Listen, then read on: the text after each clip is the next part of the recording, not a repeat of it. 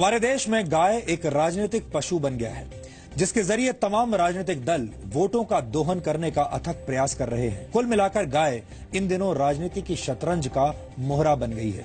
लेकिन आज हम गाय के राजनीति शास्त्र के साथ साथ गाय के अर्थशास्त्र और समाज शास्त्र का 100% शुद्ध और पवित्र डीएनए टेस्ट करेंगे, जो ये साबित करेगा कि गाय को मारने से ज्यादा फायदा गाय को जिंदा रखने में है। गाय का दूध हो, गोबर हो या गौमूत्र, गाय मरते दम तक समाज की भलाई का काम निष्काम भाव से करती है। शायद इसीलिए वेद पुराणों में गाय को कामधेनु कहा गया है। गाय का दूध कई तरह के रोगों को रोकने और उनके उपचार में काम आता है, और गाय ही मनुष्य के आसपास मौजूद एकमात्र ऐसा प्राणी है जिसका मल मूत्र भी पवित्र और उपयोगी माना जाता है। वैज्ञानिक रिसर्च में यह साबित हुआ है कि गाय के दूध में प्रोटीन, कार्बोहाइड्रेट्स, मिनरल्स और विटामिन डी होता है, जो रोग प्रतिरोधक क्षमता और मानसिक विकास में सहायक होता है।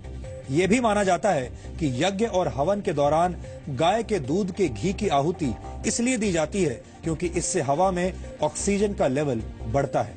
वैज्ञानिक रिसर्च में यह भी साबित हुआ है कि गौमूत्र में मौजूद तत्वों का सेवन कैंसर और टीबी जैसी बीमारियों में फायदेमंद होता है। पेट संबंधी बीमारियों में भी आयुर्वेद गौमूत्र के सेवन की सलाह देता है। और आपको ये जानकर बेहद हैरानी होगी कि अमेरिका ने गौमूत्र उत्पादों से जुड़े 4 पेटेंट्स ले लिए हैं। अमेरिका हर वर्ष भारत से गौमूत्र आयात करता है और उससे कैंसर की दवा बनाता है।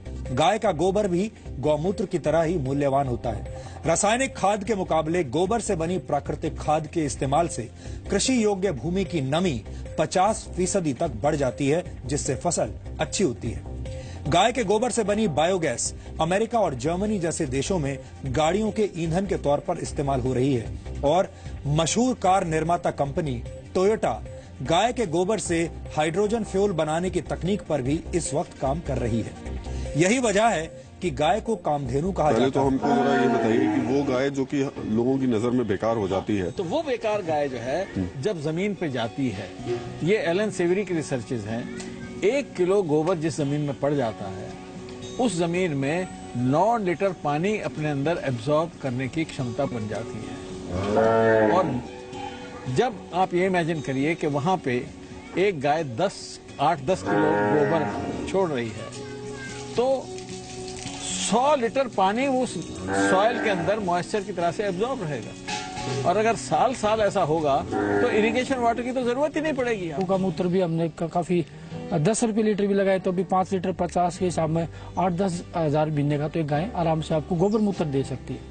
गोबर और मूत्र दे सकती है, जो कि लोगों की नजरों में नकारा, जो किसी काम की भी नहीं, वो गाय तैयार कर रहे हैं। इसके लिए बाकायदा किसी प्लांट की जरूरत है। ये देश में किसान हमारे जो हैं वो ऐसे ही गोबर से और गौमूत्र को मिलाकर के ये बायो वाटर तैयार कर सकते हैं। हाँ, इसके लिए ऐसा कोई जरूरी नहीं है कि आप किसी प्लांट से ही बायो वाटर लें। आप अपना गोबर और गौमूत्र गाय का ले सकते हैं और उसमें आप बैक्टीरिया कल्चर करके और अपनी खेती कर सकते हैं। फायदा कितना मिल जाएगा इससे? फिर खेती पर असर कितना पड़ जाएगा? खेती में प्रोडक्शन अच्छी हो रही है, डाउन नहीं आ रही है। क्वालिटी केमिकल से जायज सी बात है बहुत अच्छी है, क्योंकि उसमें कोई केमिकल नहीं है। 180 मिलियन कैटल हेड्स हैं इंडिया में, और उनसे अगर हम बायोगैस के रूट के थ्रू जाएं तो उसमें कम से कम 85 million standard cubic metre per day gas निकलेगी।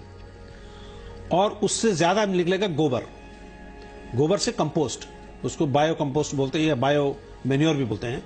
तो एक रूट है कि बायो मैन्योर मिली खेती के लिए, और बड़ी खुशहाली रहेगी। ये यूरिया से 10 टाइम बढ़िया खाद है।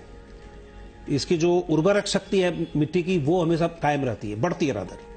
तो ये खाद का काम आया।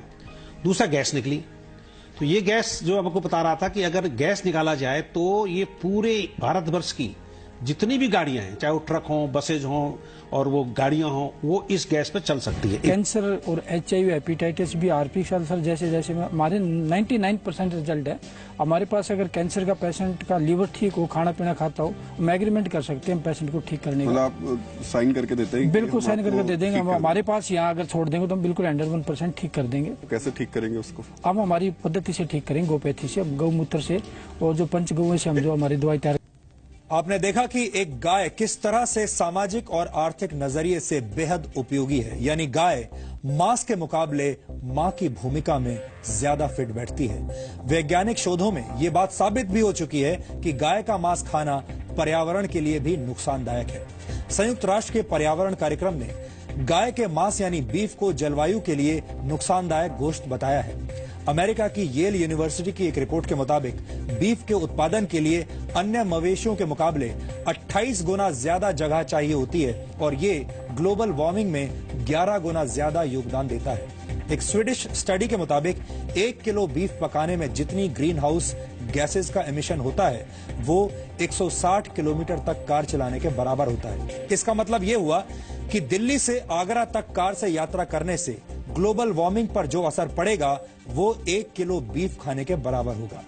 बीफ उत्पादन जल संरक्षण के लिहाज से भी खराब है, क्योंकि गेहूं और चावल जैसी मुख्य फसलों के मुकाबले बीफ के लिए पशुपालन में करीब 10 गुना ज्यादा पानी लगता है।